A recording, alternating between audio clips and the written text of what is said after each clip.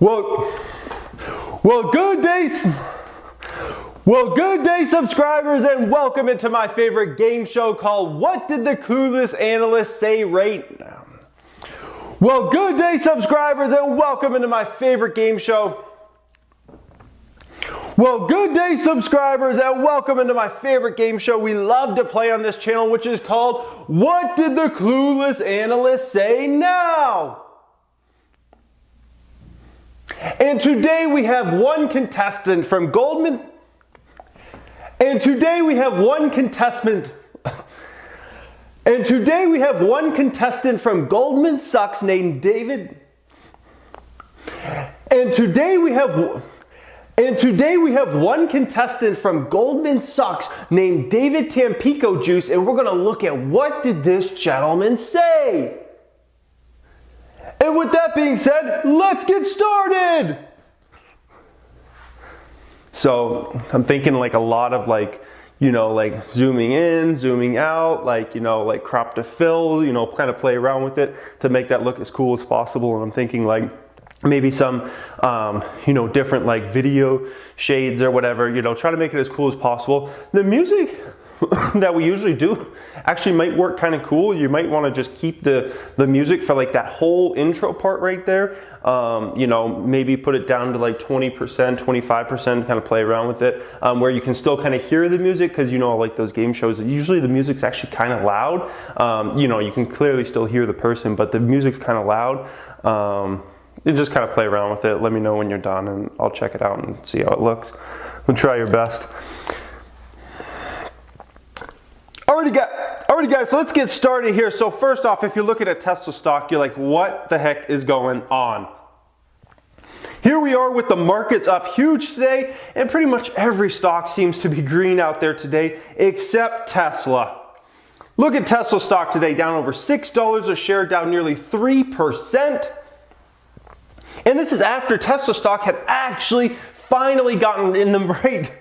And this is after Tesla stock actually finally got moving in the right direction the last few weeks. And now all of a sudden we have a day where it's a great day in the market and Tesla's down 3%. It's like, what happened here? Something had to happen, and analysts must open up their mouth, and sure enough, that's what happened.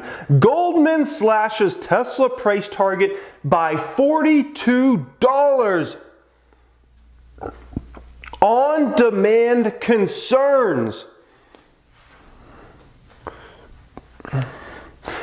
Goldman Sachs on Thursday cut its price target on Tesla by 21%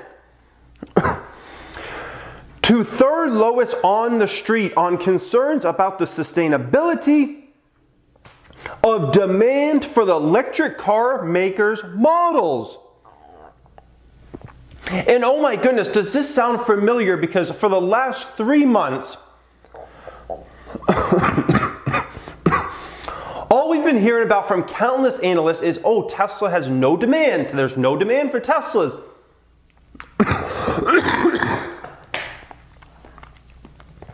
No one's buying Teslas, blah, blah, blah. And then Elon Musk comes out just a week ago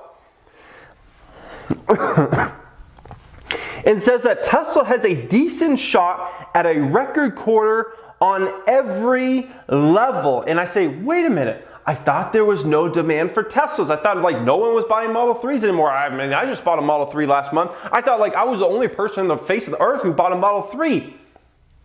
And then Elon Musk, the CEO of the company, says, oh, we're about to probably have a record quarter or something very close to a record quarter. And it's like, where are all those analysts that said there were no demands for the Teslas? There was no one buying Model 3s. Oh my gosh, but now they're about to have a record quarter, okay?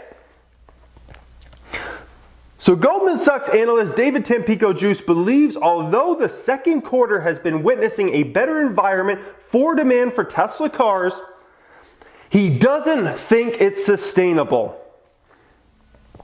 He says, quote, while there is potential upside surprise from a faster ramp or pull forward of Model Y ahead of schedule, there's likely cannibalization of current Model X and Model 3 product demand with a crossover variant The analyst writes there, okay? And this reminds me, do you remember when everybody was saying, well, Model 3 is coming out, so now no one's gonna buy Model S's.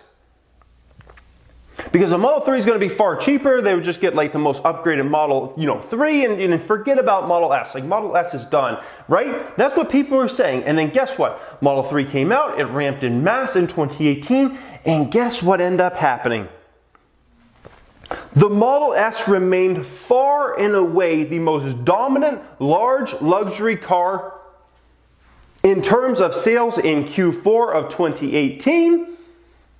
When Model 3 had already ramped, and if you look at the full year of 2018, it was by far and away the most dominant large luxury car seller in the United States of America, over doubling up its closest competitor. And that was after a ton of these analysts were saying, oh, Model S, no one's gonna buy Model S anymore because everybody's gonna buy Model 3. Listen. Some people want a Model 3, some people want a Model S, okay? Just like some people were, back in the day would have liked to buy a BMW 3 Series, some like a BMW 5 Series, and some like a BMW 7 Series. It just depends on the person, their needs, and what's in their bank account, okay, at the end of the day, all right?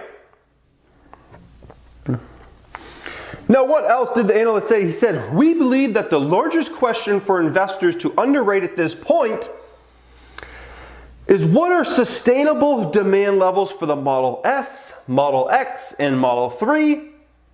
And how does that change with the introduction of the Model Y production?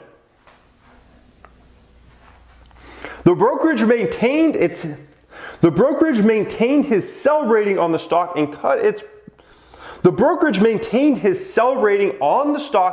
its target by $42 to $158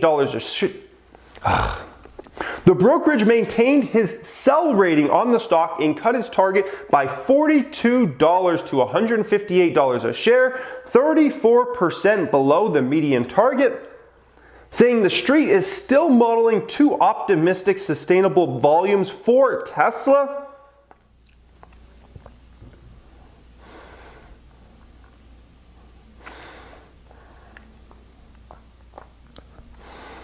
And it's just ridiculous, these analysts, they they just like to throw out these questions and lower price targets when they have really no clue on what numbers are going to be like.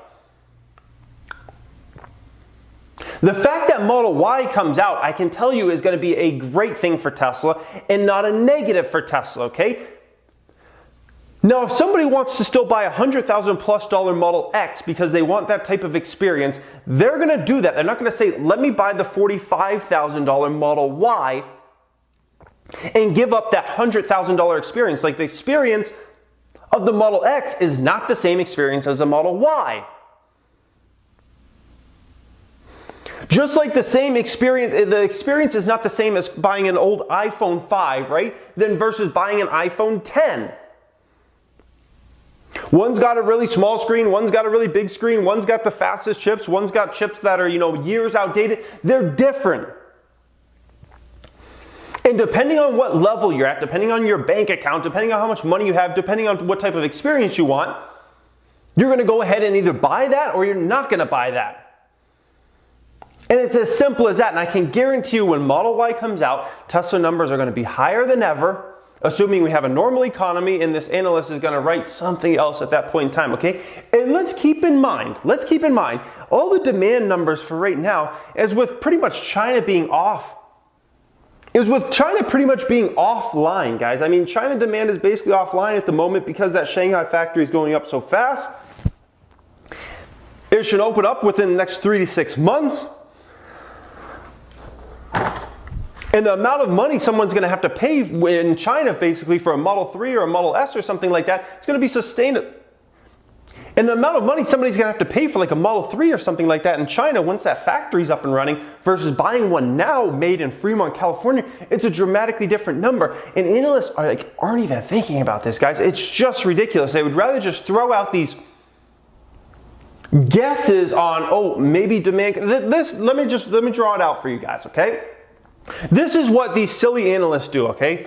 First they say Tesla can't scale production. Tesla can't do that, man. They're not going to be able to scale production. They can't make 3,000 cars a week. They can't make 5,000 cars a week. They can't make 7,000 cars a week. They can't scale production. Then Tesla goes ahead and scales production. Then what do those silly analysts go ahead and do? They say Tesla has no demand, okay? Tesla's going to have demand issues, okay? Then Elon Musk says, oh, we have a record quarter on tap for you guys. And the analysts say, oh, wait a minute, okay. We won't admit we're wrong. We're just gonna say, hey, well, next quarter they're gonna have no demand, okay? Yeah, we were wrong about this past quarter. Yeah, they actually do have a lot of demand. But next quarter, just wait, next quarter, that's gonna be when no one buys Teslas anymore. They're gonna have no demand anymore. They're gonna have no demand. And then they say, well, you know what? No, I don't wanna put myself in that predicament. You know what? Well, actually, when the Model Y comes out, no one's going to buy any other Teslas at that point in time. Everybody's just going to buy like the Model Y. No one's going to buy Model 3s anymore. No one's going to buy Model S's or Model X's. Model Y is just going to be the only one. It's just going to cannibalize like all their other sales, and just everybody's going to buy Model Y, okay? And they're like, well, you know what? If I'm wrong about that, I'll just scream that there's going to be no demand sometime in the future.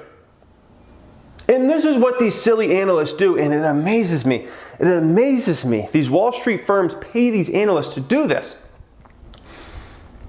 And with how silly it is, with how ridiculous it is, sometimes you do wonder if they're being funded by short sellers to put out these type of notes, because there's just literally nothing behind it. There's literally nothing behind it other than a guessing game of just negativity. It's just a guessing game of negativity. Oh, you know, they might not have demand next quarter, or you know, Model Y is going to cannibalize sales, blah, blah, blah.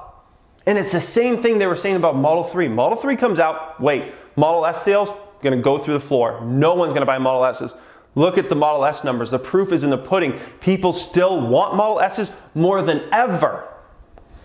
And they love their Model S's because a Model S and a Model 3 is not the same experience.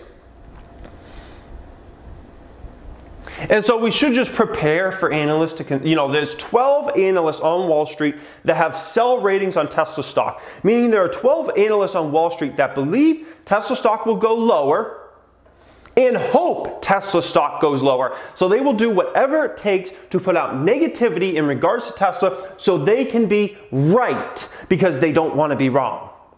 No analyst on Wall Street wants to look stupid and have a $158 price target on Tesla and it goes to $358. No analyst wants that. So keep in mind, there are 12 analysts out there right now that are actively working to bring down Tesla stock price, and they will do whatever it takes because they want to keep their job and they don't want to look stupid. And it's the way it is, and it's what we're, you know, us as Tesla lungs are going to have to deal with, because they're on the wrong side of things and they just are realizing it, and they're like, crap, we need to put out whatever negativity we can.